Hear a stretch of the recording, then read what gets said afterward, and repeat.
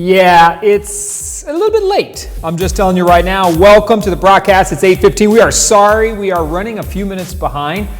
But look, man, technical difficulties. I'm almost positive, I'm 100% sure here that the city of San Antonio is somehow jamming my signals. Sal, what do you think? Are they trying to cut my Wi-Fi because I'm uncovering all the dirtiness that is City Hall? I don't know. Who knows? But I'm just messing around. It could be. I mean, it could be one of city staff are outside the Fine Silver building right now with a pair of scissors cutting my Wi-Fi line, if there even is such a thing. Because we're getting to the bottom of all the dirt that is the city of San Antonio City Hall. We've been breaking down those walls and telling stories in the broadcast about all about this information and ideas and things that are happening. Maybe, just maybe they're jamming me. But maybe not. Maybe we're a little late because of the tech and we're trying to get ready to bring you a quick show tonight and have some fun, some conversation, as we always do on the broadcast. We are about information, ideas, and just telling it like it is. I always give my snowflake warning prior to the beginning of every show. If your feelings get hurt, and sometimes you're feeling sad because someone voiced their honest opinion to you, or you don't feel good about the state of today's politics and it keeps you up at night, you may want to just tune out right now. Keep scrolling, move on past the broadcast. I can accept that, and I'll let you know, disclaimer-wise, when we have a happy, joy show in the future and you can join us. But if you like the real talk, man, if you want to have the good conversation and really discuss the things that are happening in our city, not that I'm trying to convince you either particular way, but I think it's most important that you have information, that you know what's happening, that you understand what votes are being cast, what meetings are being held, where these decisions are made in our government that is both city, county, state, and federal. We talk about it all, and we invite everybody to have that conversation with us. And don't forget, like it, share it, tag it, and push this on out there. We are live streaming on Facebook. Obviously, if you're on Facebook watching us right now, you're there. YouTube and Twitter. And we're doing all we can to grow the broadcast. And we keep moving up. We got over 12,000 followers now. We're continuing to grow. The show will always be shown and streamed on Facebook after the fact. Same thing with Twitter and YouTube. And we're going to continue to try to build this. We're closing out the year. Next week's Christmas. So we're going to break away from politics a little bit, and we're going to come back like gangbusters in January and start to push really hard. But again, like it, share it. Always push it out there because it matters, the information you have to make a decision. And that's the beauty of our democracy. That's the beauty of San Antonio city politics. So no matter what you believe, as long as you can get the right information, hopefully you'll make a decision that's right for you and your family. And the broadcast is all about that. Is making sure we're pushing out information. So we got a good show tonight. We're going to bring on here in a few minutes candidate for Bexar County Sheriff, Garcia, running on the Republican ticket. I've got some great questions from you, the listeners. I printed them out right there. Check that out. We're going to show those in a couple of minutes here, and we're going to talk about these. And then I got my usual questions. We invite all candidates, regardless of political party or affiliation. We always invite you on the broadcast. We've probably done, Salo, 5, 6, 7 candidates now. We're going to come into full swing next month in January. The primaries are in March, so you got to meet and know these people half the time. The platform is simply so you can understand and meet these people, just to know who they are, right? And we try to give them a little bit of time on the show. And tonight we're going to talk to Garcia. His wife is here this evening as well to give him some moral support, some encouragement. She's over there filming us right now. We're on a double live stream, so we'll bring him on and have some good conversation with him as well. But tonight, as always with the broadcast, we got a few fun things we do up front. Number one, though, is we are having a contest. So I don't know about any of you remember when Star Wars came out. I was a wee tiny little guy when Star Wars came out 40 years ago. But Star Wars, The Last Saga, number 9, the Rise of Skywalker, is coming out. Actually starts tomorrow, day after tomorrow, Thursday evening at midnight. They're going to start showing this last and final trilogy. I am giving away tonight, and we're doing 2 packages, right, Sal? 2 packages sponsored by AAA Bail Bonds and the broadcast. 2 gift packages for Star Wars.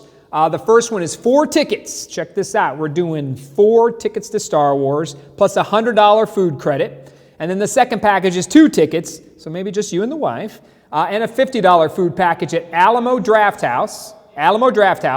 The show is Saturday night at 9:20. I kind of bought the whole row So I'll be there. Salo will be there, and we're going to enjoy some good time. We're bringing the kids and stuff. So not only will you get to enjoy the show itself, but you get to enjoy it with the Brockhouse family and Salo. So you get to enjoy it with the broadcast team, Alamo Draft House 920. But the key to the show, the key is you must like the show right now on Facebook, hit the like button, and share it. If you liked it and shared it, you'll get entered into the contest, and I'm going to do a live drawing on it for some suspense tomorrow, probably about 12 or 1 o'clock, right after lunch. I'm going to hit Tinka Taco. I may do the drawing at Tinka Taco. I don't know.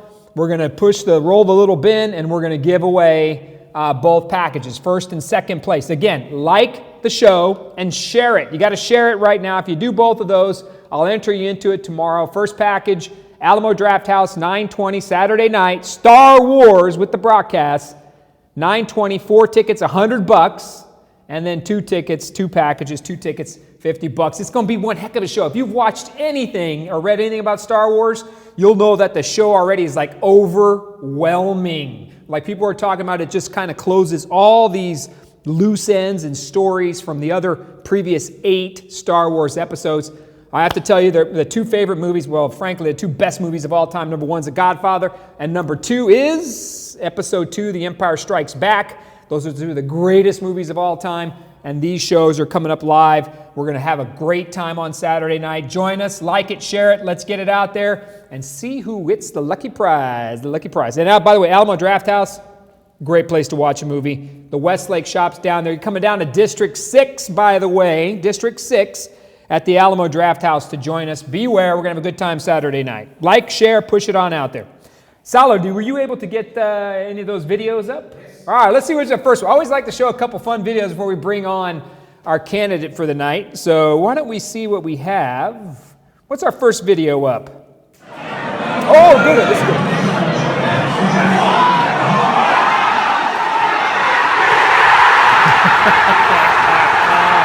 I love it. Look at those Cowboy fans. They went to 1-6 against teams with a winning record.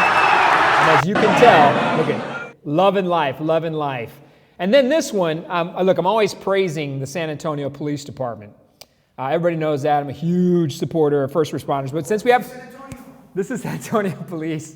But since we have a sheriff's candidate on here, I thought I would show a San Antonio Police Department thing I saw on Facebook. Actually, somebody sent it to me.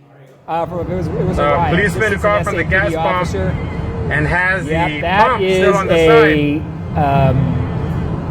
That's a gas pump in his tank. I'm sorry. I don't know who you are, but I'm sure your buddies were ribbing you about it. But, honk at him. Yeah, look, hey, at least he did use his blinker. Check that out. He's moving. And the pump is in the gas. I'm sorry. All right, that's just a little first responder love. All right, we're not going to get too close on that, so thank you. I thought you'd have a good time. Look, we're all human, even our police officers in a big hurry trying to do the job. And if you check it out, well, you got to actually pull the gas, take the handle out, and you got to put it back in the machine. And you got to watch out. So he ripped part of it off. Totally awesome. Totally awesome, but those are funny. And yes, that is true about the Dallas Cowboys, as you always know. 2 things we love to joke about on the broadcast. 2 things. One is Julian Castro, just because it's Julian Castro, right? Right, nobody knows who this guy is. He's running for president. He will not drop out of the race. That campaign's been on a death watch forever, and we have just great fun because Julian Castro gives us so much material as he's gone completely off the rails with open borders and everything he's proposing, and he cannot break 1%. So Julian Castro's fantastic comedy hour. And then the second one is, well, the Dallas Cowboys. Any chance we get to poke a little fun at the Dallas Cowboys, we do it because it's great. So thank you, Dallas, and thank you, Julian Castro. We appreciate you. You make our lives that much better every minute of our show. Okay, so now let's get into it. So serious stuff. Candidates, people are running for public office. We are starting voting for the primary season, which is Republican and Democrats, begins February 18th, and it runs through February 28th. Election day for the primaries is March 3rd, and that's going to go by fast. So once we get past the holidays, we're going to come into January, and in the political season, that goes really fast from January 1 through to February 18th, and then people are voting Republican, Democrat primaries are going to make their choices. And then we're going to push out into the November elections. I've said this countless times. 2020 is going to be the biggest political year we have ever seen. The amount of drama, the amount of, arguments, the debates, the money flowing into this thing, what people believe, from the President of the United States, from impeachment, all of this down to the Bexar County Sheriff's Office and Javier Salazar, to the jail letting people walk free for God knows whatever reason, right? All the way to Bexar County Commissioner's Court. All these elections are up. State representatives, everything is coming up right now over the next 4 to 5 months, and then it'll get really heavy into October, November when we lead into the 2020 elections. And this country is going to change one way or the other, just like this city is. So one of the big races coming up is the Bexar County Sheriff's Office. The sheriff's position itself, Javier Salazar, has had a tough run as the Bexar County Sheriff. And we've chronicled that on the show as best we could, as professional as we could, everything from the countless people who get to walk free out of the jail, to deputies getting stabbed. There's a lot of issues going on in the jail right now. And I'm going to bring on a candidate tonight that's running it. So people who put their names on the line, and you got to give them mad credit. Gary Garcia is running for the Bexar County Sheriff on the Republican ticket. We're going to roll him out here in a second, have a good conversation with him. But always remember, you put your name on a ballot, you have courage. I don't care what your experience is. I don't care anything about you. If you have the courage to do it, and you step up and you try to do the best you can with what you have, you're going to get that respect when you come on the show, and you're always going to have an opportunity to say what you think. And put your plan and ideas out there. I don't care if nobody knows who you are. I don't care if you're going to get 500 votes. If you're trying, you're welcomed on the show and to come on. So I'm excited to have Gary Garcia. Gary, and by the way, this guy, how you doing? Gary's here. Bexar County Sheriff candidate on the Republican ticket, Gary Garcia. This guy looks the part right here. Okay, so, he showed up with the hat, and he's legit. So, and you were at a debate last night, weren't you? Yes, I was. Man, it was not a forum. We'll talk about that in a second. So, Gary's running on the Republican ticket. Republican ticket. And tonight on the broadcast, I'm going to tell you what, we're going to go back and forth. I've got viewer questions, and we're going to ask these little things that I write down that I always like to ask candidates because I'm fascinated why people run for office, because I've done it. And it's difficult. So I always want to find out why people do what they do, and then we'll go into the viewer questions. So let's get started. Gary, man, tell us about who you are, your background. You got your wife here. She's helping out, man. She's recording you. So why don't you let us know why you're in the race, what brought you into it. Tell us about your family and you, and give us the 30,000-foot view of Gary Garcia and his idea of getting into this race. All right, number one, talking about my wife. We've been married for 31 years. We have 2 children. My daughter just graduated last year from UTSA with her bachelor's degree, and she's going to the University of North Texas to get her master's. My son will be graduating with his bachelor's from UTSA. And one of the things that brought me to this was not my plan. Let's start with that, number one. I never planned to run for political office. My dad was a politician. He was the district clerk for many years. Here in San Antonio? Here in San Antonio, David J. Garcia. Oh, all right. Okay. And my mother is a retired school teacher, and she was appointed to the State Cosmetology Commission. So my family's been out into the public. However, this is going to be funny to you. A lot of people didn't know I existed as into their son, because I believe what I do is faith-based. Going into law enforcement, I started this originally saying I would never be an officer. I had family in the Bexar County Sheriff's Office from at least, I believe it's the 50s. My uncle was the chief of the Sheriff's Office under Harold Copeland, and for about a year and a half under Sheriff Lopez. And like I said, my father was a politician. He worked for the county for over 40 years. And when he retired from the Bexar County District Clerk's office, he actually went to the Attorney General's office to help with the child support system. So this is bringing me into, why did I get into law enforcement? It was an accident. I went and I got hired, and I went to a class, and it was the first time in my life that I ever really wanted to be in a classroom. When I went into law enforcement. Okay. Because I really wasn't into school. I mean, I played sports. Where did you go to school? I graduated from Fox Tech High School. Okay. And that's where, that's, all right. yeah. So I'll leave it there. Nothing competes with John Jay High School, I'm just telling you. Except right that now. we beat you. Finest. When we find you. Yeah, okay. That's all right. Okay, well. All right, that's all right. So, all right, we wish Gary the best of luck in his race for Bexar County Sheriff. Good luck to you. No, I'm just kidding. Sorry, John Jay. Yeah, sorry, John Jay. Sorry. Yes. Matter of fact, Fox Tech doesn't even have football anymore. Yeah, I was going to say that, but I didn't want to go there on the show like that. No, we got that. That's good. So you got into the classroom. Right, I got into the classroom, and it was the first time that my mind was actually set on the material that was being presented to me. And with that said, it takes a special person to be an instructor, especially with law enforcement officers, because law enforcement officers, you know, they have a different mindset from the normal person. So I got into it. I got hired, like I said, by the airport police. I was there for 7 years. I was the youngest person that they ever hired as an airport police officer. I became the youngest field training officer that they ever had. And at the time, we didn't have civilian dispatchers. So the officers would dispatch. And so I became the youngest dispatcher that they ever had. How many years were you in the department? I was with the airport police for 7 years. Airport police, 7 years. 7 years. And while I was there, I was part of many things. I was a firearms instructor. I was assigned to the drug task force that we had that was in combination with the DEA and DPS. And at the time, I was involved in the highest amount of money seized on an individual. And it stayed like that for about 7 years after I left. Let me ask you, because you got into it a little bit and you talked about it for a second. No, I'm gonna pull you back because I want people to get to know.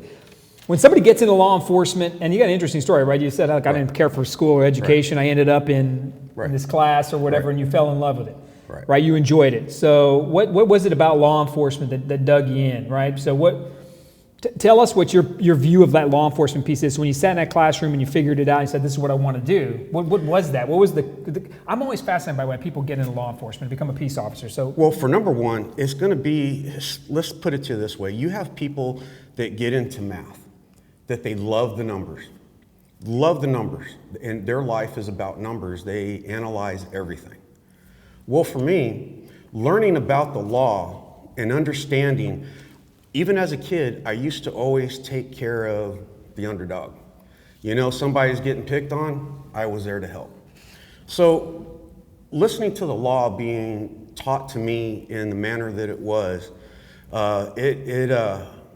just something in my mind, you know, clicked and said, this is what you need to do. Because I've always been about the people. I've always been about my faith in my religion.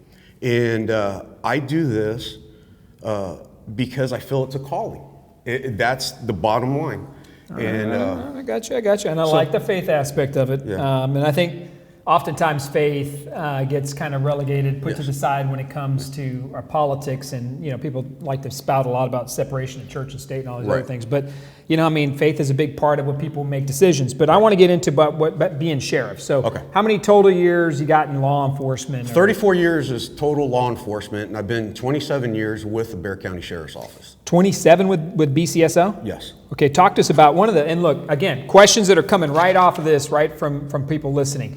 And I got to tell you, I'm gonna take a second just to get a little crusty with the people commenting. So there's a lot of comments on the post when I put you're coming on, and people need to remember this in politics. And I'm going to just warn you folks that are out there with some negativity. When you go out there and you post about somebody else, or you come on there and you're saying things, what they're doing is they're amplifying you. I mean, they're putting your name out there more. So rule number one of politics is, you don't amplify the other person under any way, shape, or form. You rarely do it unless you're going to draw some distinctions. But some of those distinctions are about experience. So I want to dig into the 34 years just a little bit. Just tell us, you know, the background, who you are. But look, man, I'm going to say this loud and clear. If you've got the courage to put your name on a ballot and you're going to come out there and make it, you've earned a good level of respect. And I don't think we give people who run for office enough credit that they say, hey, they're going to go out and try it. So you may have, we interviewed a Democratic candidate. She's running against Javier on her side, Sharon Rodriguez. I mean, she had less than 10 years of experience. I think it's less than 7 or 6 years of experience. But she came on here and she has ideas, and she's at least talking about them. So if we don't encourage people, and this is a bit of a soapbox, I'm going to get back to you, I promise. That's okay. If we don't encourage people to run, regardless of the experience, if we don't give everybody a shot, we're doing a disservice. That's right. In politics. So everybody deserves an opportunity. And if you want to make a run for it, you make a run for it and go for it. Just bring good ideas. Right. If you bring lousy ideas, you're not going to get any votes. So be careful out there, people who are coming on here about experience and people who like to post from fake profiles.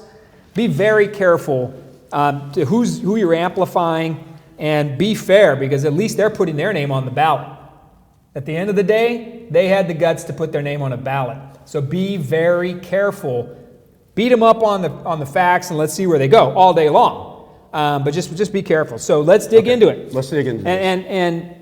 And I say that for every candidate, because it's not just you. There's been other candidates that have come on, and people beat their points, right? Like, oh, this person doesn't know anything. They're clueless, and they go on and on and on, and it's not fair. And then being in politics, it pisses me off, as you can tell.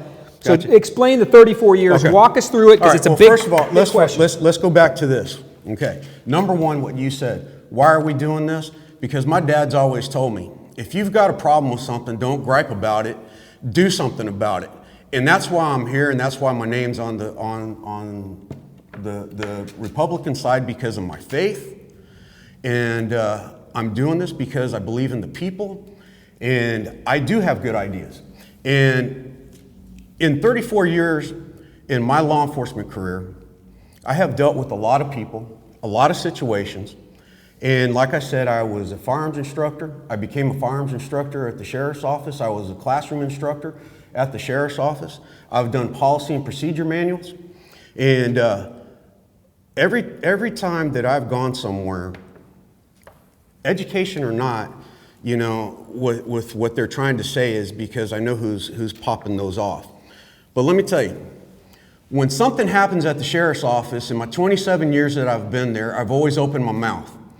I've said what is wrong, and I've tried to tell the people how to change it. And believe it or not, when we opened up the magistrate's office, I wasn't at work for about a month. I had a shoulder surgery. I've got 5 cables in my shoulder. When I came back, the magistrate's office for Bexar County was open for over a month. The first day that I walked in there with one prisoner, I knew that this stuff was wrong, and I complained. I prevented approximately 20 people from going into the back, which is a secured area, with property, which means that they had money, they had cell phones, they had all kinds of items on them, because the people that opened up the magistrate's office did not have a clear understanding of what needs to be done. These people, as they come in, are not tagged and says who they are, what they're wanted for, or why they're in there. Not everybody that goes in there is a criminal, because we have people in there that are for civil violations. But we have criminals that go in there. Now, I'm going to give you a story real quick about why I say this. I arrested a mom, and she says, hey, my daughter has been sexually being abused since she was 15 years old. She is now 17 years old, but she's a ward of the state. She belongs to the state of Texas, but she ran away from her foster care or whoever it was. And we were looking for that young lady. And the mama says, I'm going to tell you right where she is. And we went, and she was with a lady that has been sexually assaulting her since she was 15 years old. That's over 2 years. So we call for an investigator, and they refuse to come out. And now I'm going to get into that later. However, when I arrest that young lady, she had some drugs in her house. I'm taking the mom, and I'm taking the lady that has been sexually abusing her daughter for over 2 years. We take them in the magistrate's office, and guess what? The new magistrate's office is a big old open area with some seats in it. So you would think we would tag these people somehow to say we need to keep these people away from each other, because I'm gonna tell you what, if it was something with somebody else, we could have looked at a lot of. And we've seen, yes. So we've seen over the last year, right, a lot of 19 accidental releases. Yes. To the point where the sheriff himself was out there apprehending. He says he was out there apprehending the individual himself that actually get let go out of the jail. But okay, so run it down though, just experience-wise. So what is your role? What was your? Are you you're active currently? Yes, currently active. I'm in currently active. Yes, and I am a warrant officer. Okay. And when I left training, I got sent to warrants, but they didn't put me there. They put me in mental health. And I was in mental health for a while. And let me explain about at that time, we didn't really have training for what we were doing. You know, we got put with an officer. They said, here's your court order. Go get this guy from the house, take him to a facility. Things have changed since then. But my passion for the mental health problems that we have not diminished. Matter of fact, they've increased. The magistrate's office, I believe, is over $10 million, I believe it is what it was. And it's supposed to be about mental health. But I'm going to tell y'all, folks, the last thing there is about mental health. We have to ask 4 questions of every prisoner that has walked into the magistrate's office. Have they ever been diagnosed by a doctor or mental health professional as having a mental illness? Number 2 is, have they ever, or are they currently taking medications for mental illness? Mm-hmm. The third question, nobody wants to ask because they want to know, have you ever tried to kill yourself? And a lot of officers will say, hey, have you ever tried to hurt yourself? That's not the same thing. Nobody wants to hurt themselves. But some of these people do want to kill themselves. And then the last question is, do you feel like killing yourself right now? So my problem is, number 1, a lot of officers do not ask those questions. They just check no all the way down.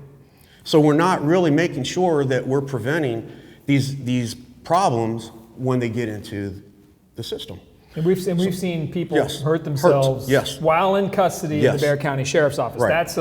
And that's a legitimate concern because we've seen it. It's been reported in the media. So my thing is if this was supposed to be a $10 million project for mental health, why is not our mental health professionals like right inside that door when they first walk in? Because they're the ones that should be already examining every person that's going in to make sure that they're not lying, because we have this. We have where people will tell you that they don't have any problems, and the next thing you know, they're going off. And they're hurting themselves. Right. Or they're hitting other people. Other people, other people. Yeah. So you've had experience in warrants. Right. Where else did you work at the Sheriff's Office? Just so people have a good background of what I was a detention officer. While I was in detention, I worked third shift. And because I was a firearms instructor at the airport, I knew the guys, and because my uncle was there, my sister was actually in the sheriff's office, and so I knew the people in the academy with the firearms instructors. So I asked the sergeant when I got out of class, from detention class, if I could continue. So he allowed me to volunteer for almost 2 years. Of my own free time, I would go to work at third shift. I would be at the range at 7 o'clock in the morning. Still instructing. Still instructing. Okay. Keeping it up, and I started off just popping. Big agency. I want to get this one out too. Big agency. Yes, it is. Right? Bexar County Sheriff's Office is huge. It's a jail administration. Right. With the experience you have that you've described, how is that going to apply to running an organization that large? Talk to us about leadership, supervisory. Okay. First of all, essentially, what would be the first 2-3 things? Day one, you get that job, right? You win it, you get in there. Right. What are those 2 or 3 things? What skills are you bringing to that table? First of all, the first things that we have to do is we have to stop the process in detention of bringing people in and how they're being brought out. Okay. Number 1, I hate saying number 1, but there's another agency using a magistrate's facility right now, and they're going to stop using that facility. Talking about SAPD? I'm not going to say the name, but they are using. They are using their magistrate's office, and they should not have been allowed from day one to use. I'm going to tell you because you're gonna get me started, Gary. I'm here for you, man, and now I'm getting upset about the magistrate's office. I'm going to tell you. The magistrate's office. The city of San Antonio has some blame in that too. Yes, they do. Well, I'm going to tell you. There's people. No. Because they weren't talking. That's right. But let me tell you, there's people there that are held there for over 18 hours or 20 hours. They're not getting food. They're not getting food. They're not getting medication. I'm glad you said that. And that's going to stop because as a sheriff, I am responsible for those people, and I'm going to tell you how I'm going to get it stopped. Because I'm going to tell them when somebody's arrested, you got less than 4 hours to bring them to our magistrate. If not, they're going to have to be sent to a hospital to get medically cleared. So let me explain to you real quick, because when they were using the magistrate's office. I just want to be clear because people know. Right. The county built the magistrate's office. Right. A $10 million facility, something like that, $9 or $10 million. The city of San Antonio and them didn't communicate about it. No, they weren't working together on it. I dealt with this when I was on the council. Yes, sir. So it was broken, right? And it's just not configured appropriately according to the city for their needs. Right. But the city's not going to go out and spend $20 million and build a new building. No. And they weren't working together, and it caused a lot of problems. Like, for instance, there's not enough DWI breathalyzer stations. The property room needed a little bit different configuration for SAPD. For us too? And so there's some changes, but this is a classic example of people not working together. No, well, let me tell you, this building shouldn't have been built, okay? Because number one, you talk about property, right? They should have had a floor built for just property. Okay. Oh, the property room's little. Yes. So now let me tell you, if you drive into the Sallyport, which is where we take prisoners for our vehicles, if a car catches on fire, folks, there's no fire hoses. There's no fire extinguishers readily available. I'll just leave it at that. Now, also, the concrete in that building wasn't sealed properly, so there's like dust a lot and stuff like that. It's cracking. I'm familiar with it. But you're asking me why am I going to be a good sheriff? Yeah, that's right? it, right. So this is number one. So this, because number one. Translate to the job.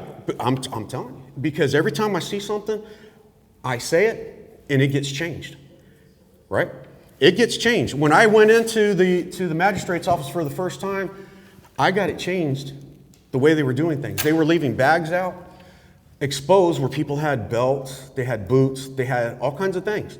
And see, people go in and out of the magistrate's office all the time, a revolving door, because they're always getting in trouble. I'm just saying there's a handful of these people. That and jail administration, right? So, no. This is because there's a difference. But there's a difference. But let me tell you.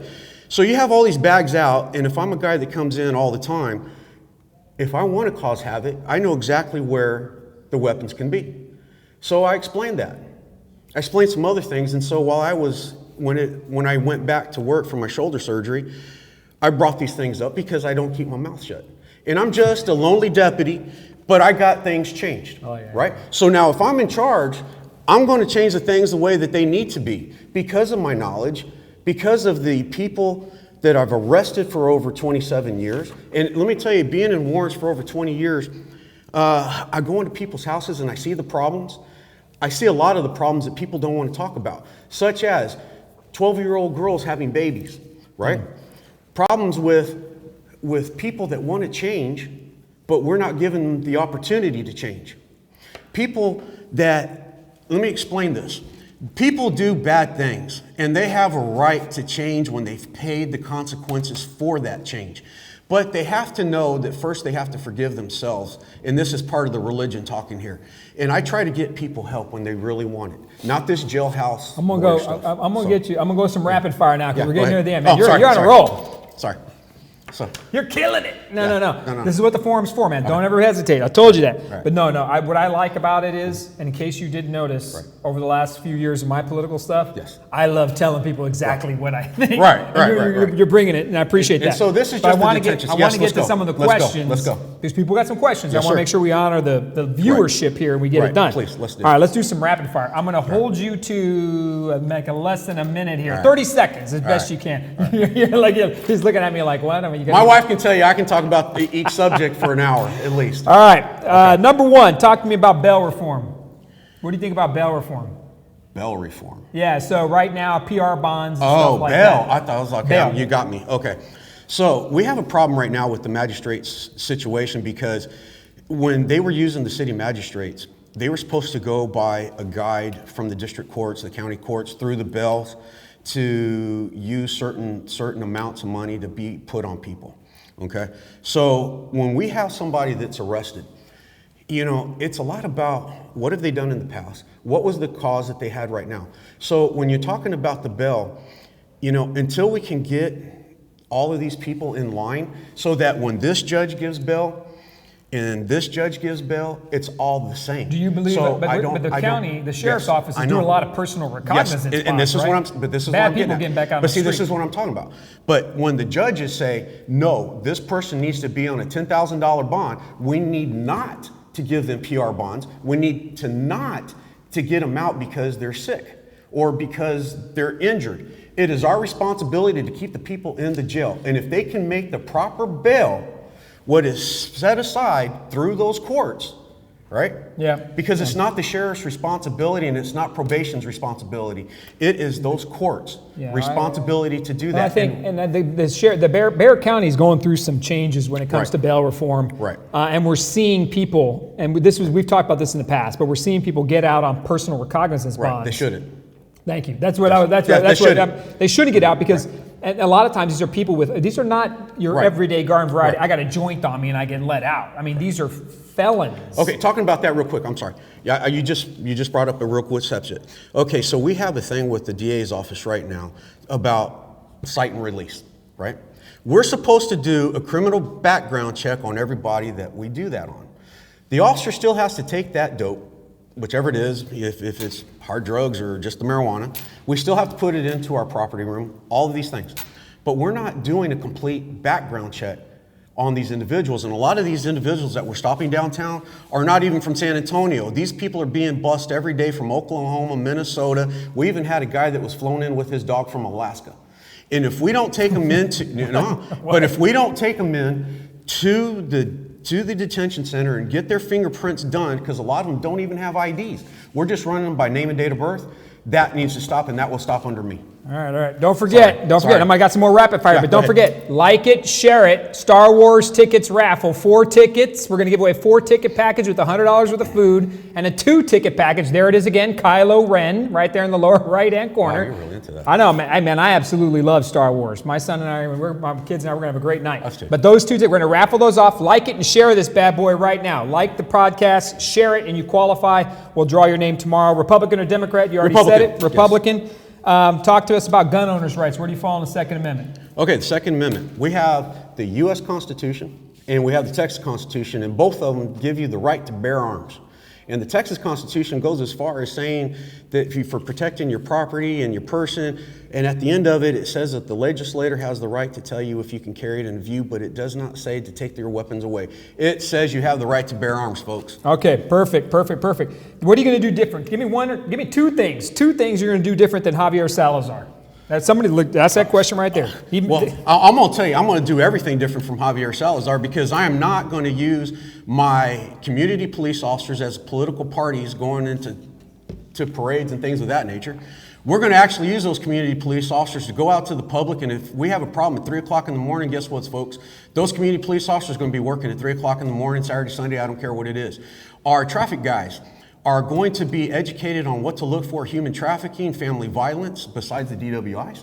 We're going to stop the revolving door process. And hey, I'm just getting started, folks. Okay. I'm just getting started. I can keep going. You did. I know you could. You did like 5. You violated the rule. You violated the broadcast rule. Sorry. No, but check this out. I am going to give you mad props because you said something very important.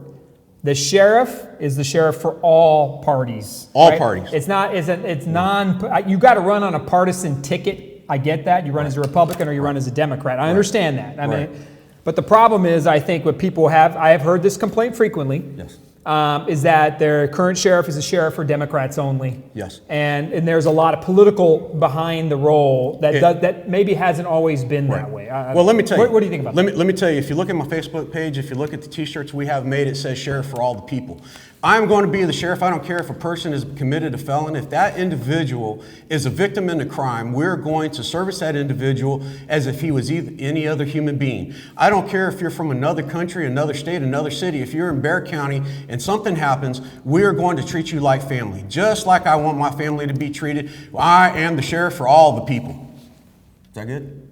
There you go. I think you pretty much just knocked that next question out of the park, Sheriff, for all people. All right, I'm liking that one. Okay, corruption in the department. Look, all departments. Okay. Here's the thing, and I'm always quick to say this: 99%, you fantastic law enforcement officer. I don't care if you're SAPD, if you're DPS, whoever you are, Bexar County sheriffs.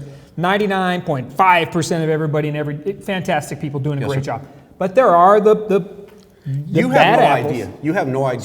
So why would you handle corruption? Okay, number one. We have a thing that we were calling the good old boy system. And let's just call it what it is. It is corruption.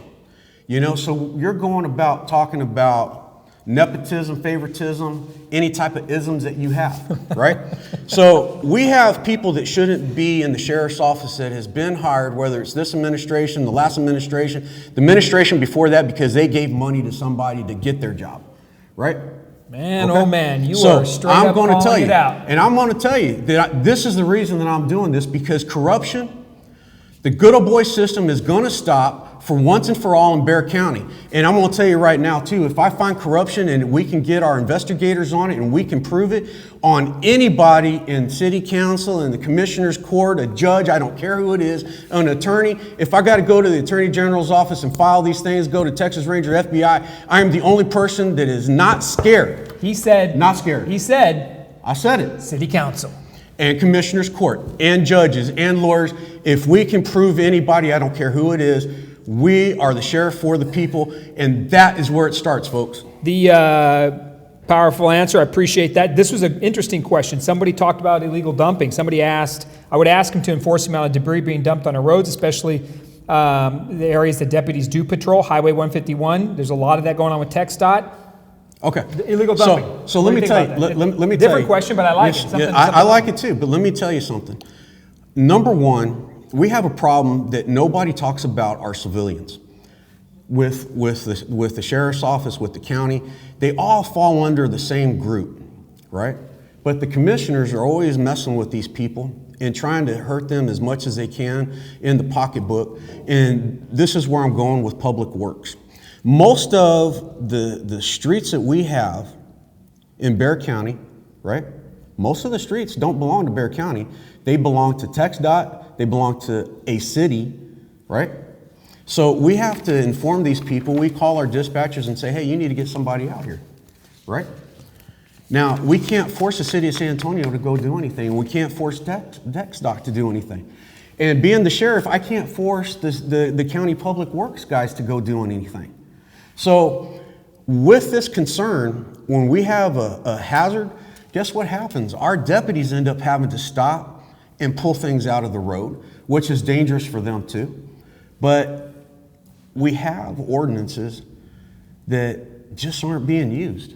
All right, you got it. And we're going to go one more question here because we got to wrap it up. Don't forget to like the podcast, share it. We're going to talk about the Star Wars drawing here in a second. Kylo Ren's back up again. We're getting close to the end. You're running out of time. But I want to give you, this is legitimately the 1 minute pitch now. Right.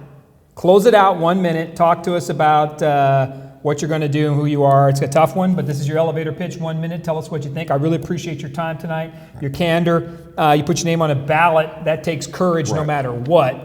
To put your name out there and to let people, because you become a target. You know, there's slings and arrows coming your way. 1 minute, close it out. The floor is yours to end it for everybody watching, and everybody's going to watch it after this. All right, number one, folks, I'm telling you this straight out. I am old school, and people don't believe in old school anymore. When I give you my handshake, that's good as a written document. I'll tell you that right now. But I'm going to tell you that if I had a business and I was working for the sheriff's office, and there was a situation of trying to get a deal done, I wouldn't do it. And, you know, we've had that. We've had problems with individuals that their concern is about themselves. They talk about themselves. They're out there shaking people's hands, making it look like they're doing things for the community, and they're not. They're only there for the cameras. I'm not going to do that. I believe in justice. I believe that the sheriff is responsible for the county, not the city of San Antonio, not for Castle Hills, not for Windcrest, but for the county. There's over 27 cities in Bexar County, and we're going to do the right thing. So when you call and you're inside the city of San Antonio, or Castle Hills, or Leon Valley, wherever you're at, and you want a deputy, right now they'll say, I'm sorry, but you're not in our jurisdiction. Well, I'm sorry, folks, when I take office, that's going to stop. They will send you a deputy, and we're going to make sure that when our deputies get to you, that they're going to do the right job. All right, that's the closeout. Gary, we appreciate it. Thank you, my friend. Thank you to you and your wife both for showing up. We appreciate you putting your name on the ballot and doing the best you can for our community. Thank you. Thank you for having me. Appreciate your time. You're good, brother. Thank you. All right. All right. So, look, this is a tough one, and I want to tell people the challenges of running for office are huge. And if you have the courage to put your name on a ballot, we just got to learn. And I don't know what it is about politics. I myself went through a very difficult political campaign where people tried to destroy my family, right? They tried to destroy me as a person. I laugh at that in the face of those things. and we got so damn close to winning, right? 1 point was what the difference maker was. But my opponent, Mayor Ron Nirenberg, had to try to shred my family and attack and destroy my wife, right? They went to that extent to try to stop me. That's how bad politics has gotten in San Antonio. And that doesn't keep me down. I'm sorry, I'm still out here talking about everything. I'm not going to quit. I'm not going to quit because we can do so much better in our politics than what we have right now at City Hall. The people who are elected down there, for the most part, all right, a majority of those council members have no clue what they're doing. They've never managed a business, cut a payroll check or any of it. So these people don't understand who we are. And then we got people at Commissioner's Court. We got problems across our entire political system. And it's gotten so personal and divisive that it makes it very, people don't want to join in. So all I would encourage you, and I'm reading the comments, and there's always challenges. People are going to, if you put your name on a ballot, you're going to become a target. That's just part of who we are now in politics. It wasn't always that way in San Antonio, but it became that way. I attribute that to several years ago when we became hyper-partisan and things changed in San Antonio. Things changed nationally. It's the worst it's ever been. 2020 is going to be a very difficult year. But folks, if someone's going to run for office and put their name on a ballot, let's do the best we can to be respectful of that point. They're going for it, and ask them the tough questions, and then listen to the answers. Like you heard tonight, a dialogue, and I was asking questions, trying to get to some of these points. And if we get to it and it fits with your bill and you like that, great. If you don't, you're more than welcome to call that out as well. But always respect the fact that someone at least puts their name on the freaking ballot. They're going for it. Don't just be a keyboard warrior. And if you choose to be just a keyboard warrior, and at the very least be factual, right? At least put the truth out there. And this goes for all of us. I mean, that's me too when I post on my Facebook page. I need to make sure that at least I know what the heck I'm saying, right? If I'm going to come after somebody. But let's stick to the issues and facts. I just don't ever want it to be where people don't think they can come on a show or go into a debate because they don't have this ton or long list of accomplishments in political or public life. Part of the problem with politics right now, folks, the real problem, is we don't have real people in the damn positions anymore. We don't. We got these people that we think they have to have all this laundry list of experiences and they have to fill all these boxes and check all these areas. I'm sorry. The problem is the professional politician. It is the person who is every day part of the machine or establishment. Now you can do that because you're trying to do your job and maybe you're in a career, I don't know, who knows? Maybe you work with the city as a vendor, I don't know what it is. But part of the problem is we are too professional in our politics and not enough personal. Too professional, not enough personal. So if you come on any show, you go to any debate, you at least deserve the right to be your damn self and say what you think, right? Without someone trying to shred you as a person. And by all means, if you want to shred people from a fake Facebook account, who's the real coward? Right?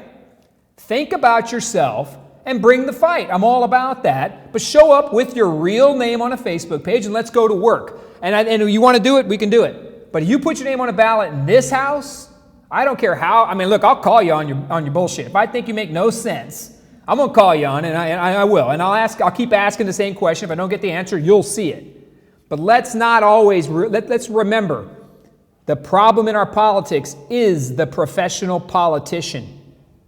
The person's been elected 20, 30 years. The person that goes from school board to city council to state representative to state senator to blank, blank, blank to Congress, and they got a laundry list of always being on the government dime. They complain about other people being on the government dime, but themselves, who've lived off of political positions, they don't, it doesn't apply to them. The problem is professional politicians. Let's encourage people to run. That's what we want. Everybody come on, make an argument. If you look like a fool because you make no sense, that's on you. You ain't going to get any votes. But be very careful. And I know I'm a bit of a rant on this one. This is a bit of a Brockton loaded, Saulo.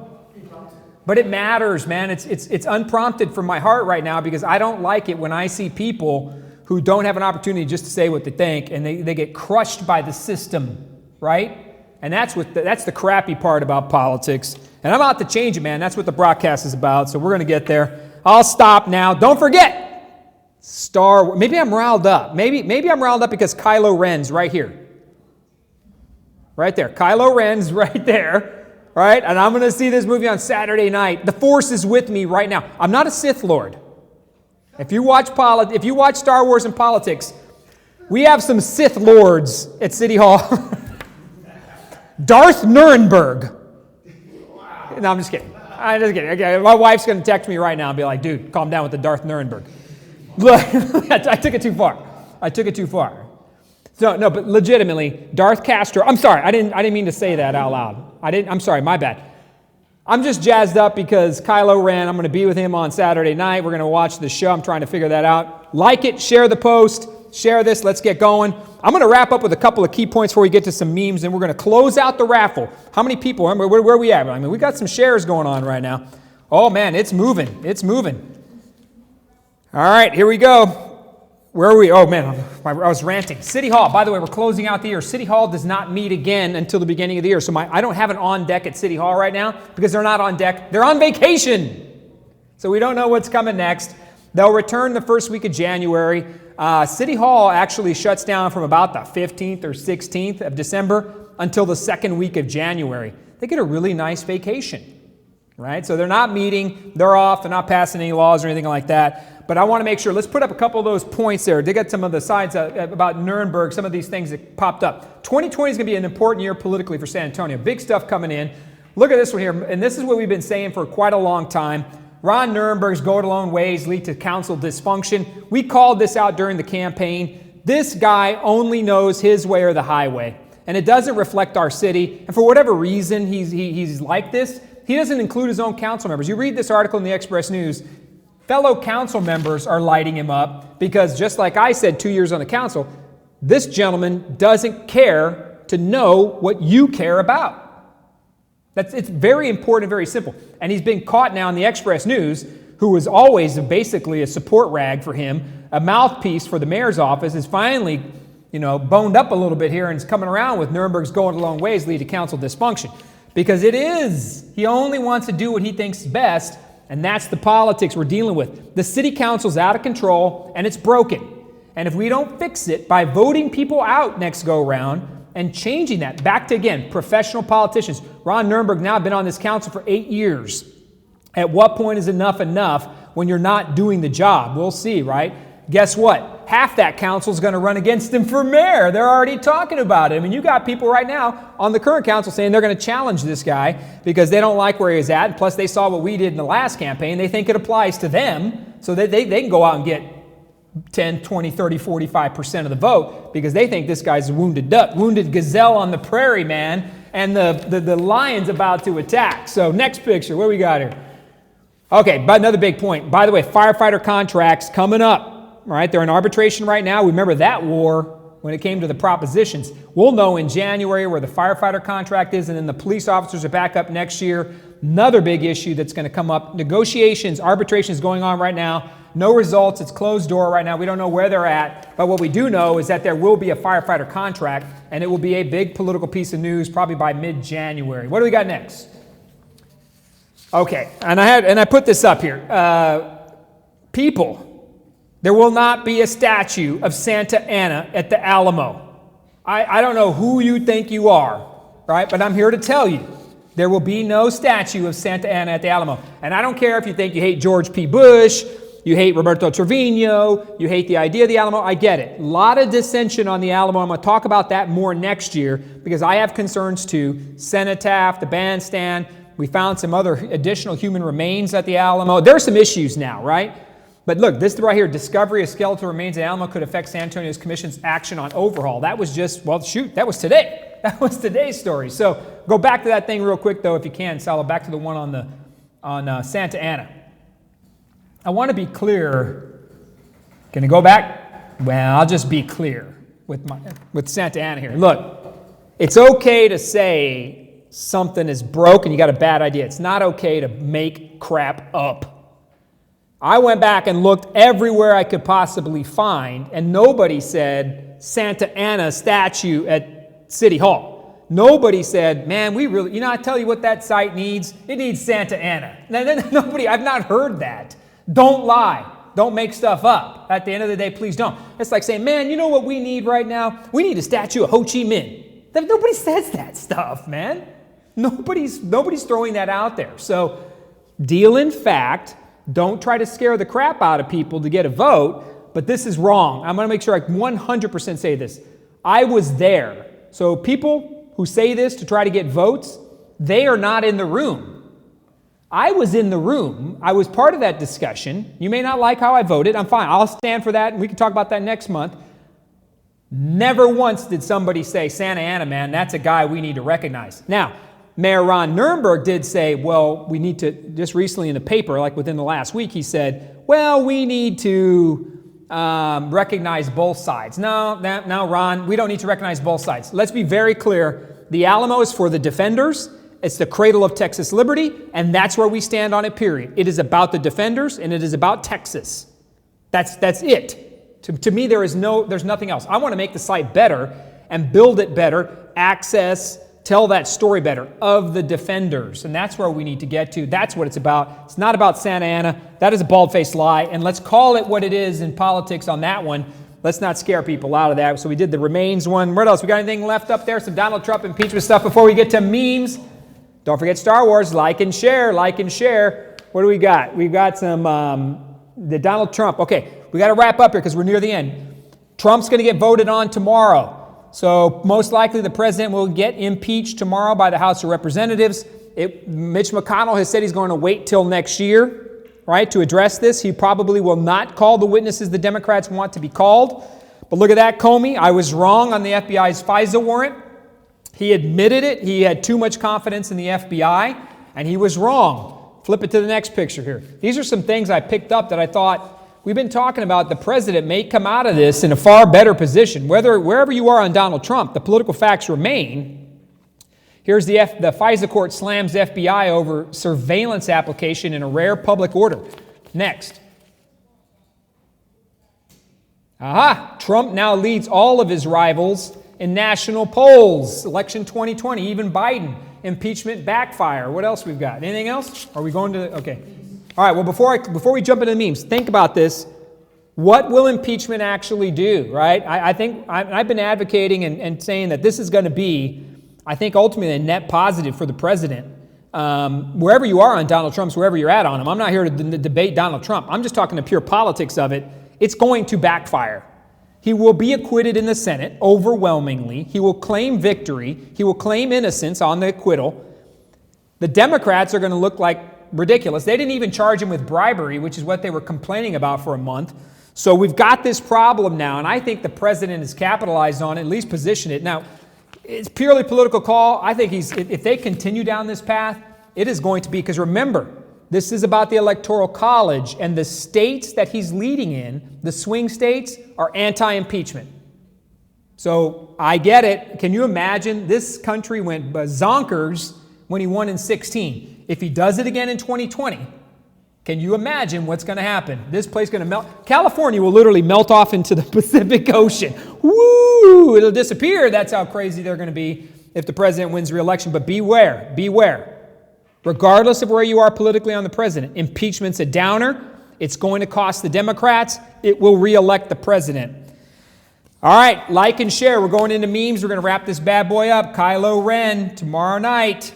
All right, we're going to draw tomorrow. Like and share this final post to enter the drawing for Star Wars tickets. The real reason the San Antonio haunted train tracks close. Sexual harassment. The media doesn't... Wait, where'd you get me? You moved me quick on that one. Come on, Donaldo. The media doesn't want you to see this. Make it viral. Okay, that was funny. If everybody knows about San Antonio, the tracks, you'll know that those ghost tracks push the little car across and people put powder on. Okay, maybe I'm the only one that gets it because I'm a lifer and I love my town. Next. Ah, yes, driving down Rittiman Road. Look at that. I'm just a big fan of Jack and Rose from Titanic. By the way, there was more than enough room on that plank of wood floating in the ocean, and she kicked Jack off and he froze to death. I'm just telling you, it pisses me off. Rittiman Road, big potholes. Oh, we got any more? Come on. Oh, no. Ah, I love this one. We played I-35 today. I like that, people. You're smart. People are funny. We all had some of this. I'll tell you what right now. Who remembers Pancho's Mexican Buffet? Anybody? I remember it. You used to have to raise this little flag. You pull the flag, would come up, and you could order more sopapillas. And then you put the flag back down. Don't leave the flag up. Because if you leave the flag up, you're going to piss off the waitress. You raise the flag when you want sopapillas. You don't want sopapillas, flag goes back down. And Shamagaucha got it. That's right. Pancho's on Marbach was the place to be. It was the John Jay hangout. It was awesome. I used to skip. I used to go after lunch, after school, too. Pancho's. If your grandma just got run over by a reindeer, you may be entitled to compensation. Hello, holiday joke. I love this one. This one is for you, Saulo. Mom, don't make a scene this Christmas. Me, Trump Pence rap. That's going to piss some people off. Some snowflakes are getting hurt, and they're worried that their Christmas rap has triggered them. I love this one, actually. NFL players as kids. This one's for my wife, because she loves Drew Brees.